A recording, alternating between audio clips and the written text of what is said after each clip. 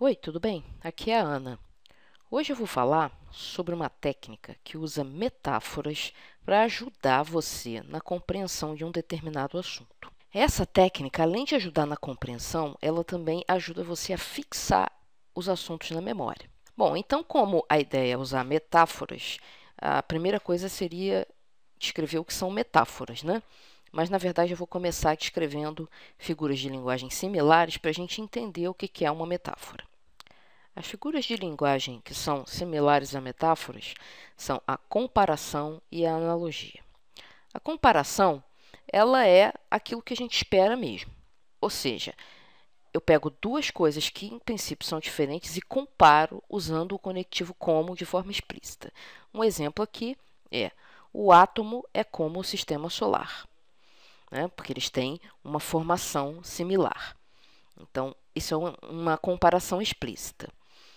A analogia ela pode ser feita em cima tanto de metáforas quanto de comparações. Então, nós vamos primeiro ver as metáforas, o que elas são. Então, uma metáfora nada mais é do que uma comparação sem conectivo. O que quer dizer que essa comparação está feita de forma implícita. Então, um exemplo aqui: os gases nobres são muito metidos. Essa metáfora é uma metáfora criada para expressar o fato de que os gases nobres são elementos químicos que não reagem com os outros. Então, é como se eles não quisessem interação com os outros, por isso eles são metidos. Mas isso é um adjetivo que se usa para pessoas, né? Eu estou praticamente usando uma antropomorfização dos gases nobres, para entender e gravar na memória qual é o significado dos gases nobres, por que eles são chamados assim. E a analogia, por sua vez, como eu disse, ela trabalha em cima tanto de comparações quanto de metáforas. A analogia, na verdade, é quando eu elaboro em cima da comparação ou da metáfora, explicando melhor como que eu cheguei àquela comparação ou àquela metáfora. Então, os exemplos aqui são os seguintes. Primeiro, é esse aqui. O átomo é como um sistema solar, onde o núcleo faz o papel de Sol e os elétrons são como os planetas em suas órbitas.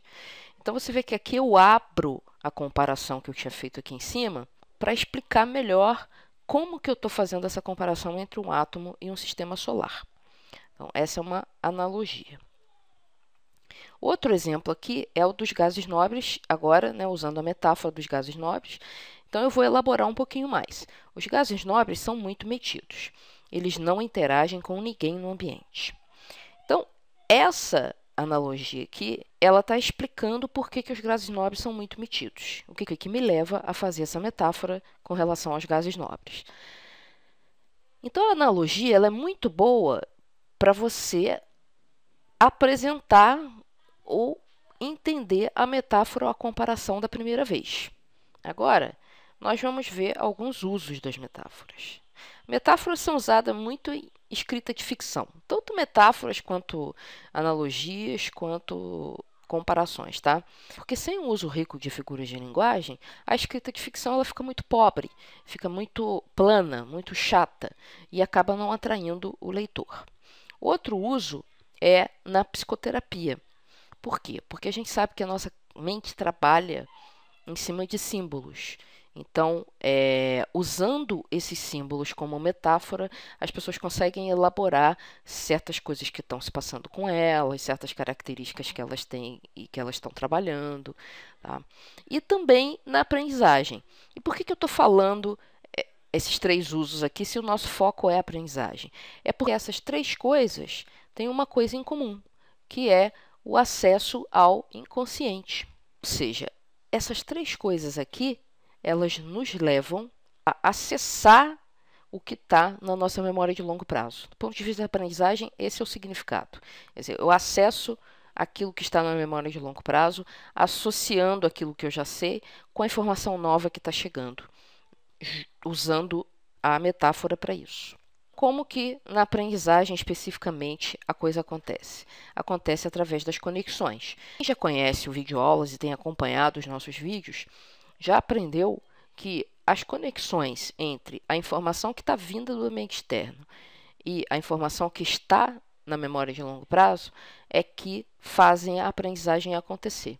E é justamente o vídeo que explica essa figura aqui que fala dessa questão das conexões, né? De como a aprendizagem acontece por meio de conexões. O link para esse vídeo vai estar lá no blog embaixo do vídeo, mas essencialmente o que eu tenho aqui é informação nova, informação vinda da memória de longo prazo, elas, através do raciocínio, se conectam de alguma maneira, e é aqui que a metáfora entra. O raciocínio que você faz para comparar o objeto antigo, né, com, por exemplo, o sistema solar, com um objeto novo, que é o átomo, ele vai fortalecer a conexão entre essas duas coisas.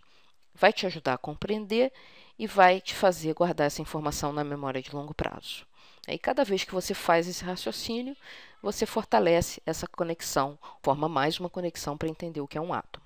Eu ainda quero falar sobre alguns cuidados que se deve ter na hora de formar metáforas. Geralmente, formar metáfora é razoavelmente simples, principalmente se o objetivo é puramente aprendizagem.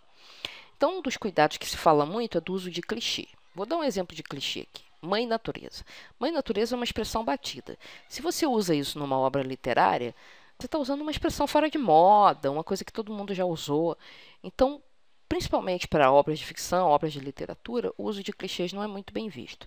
Mas para aprendizagem, você pode até usar. Por quê?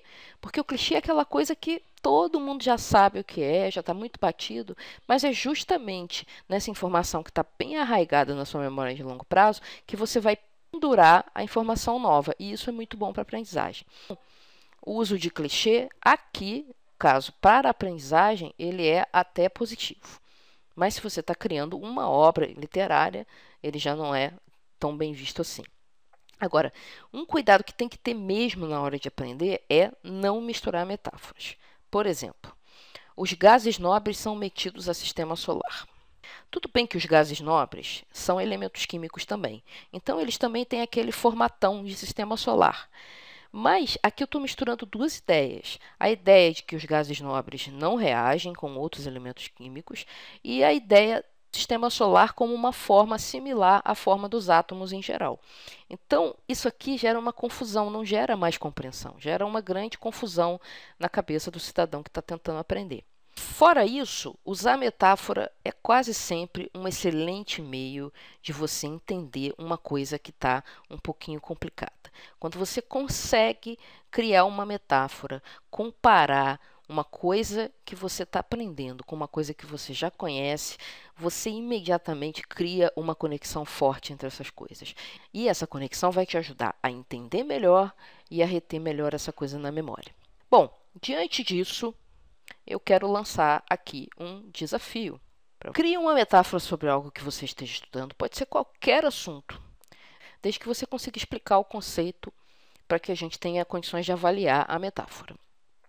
Coloque essa metáfora nos comentários do blog. E quem fizer isso ganha uma cópia desse mapa mental.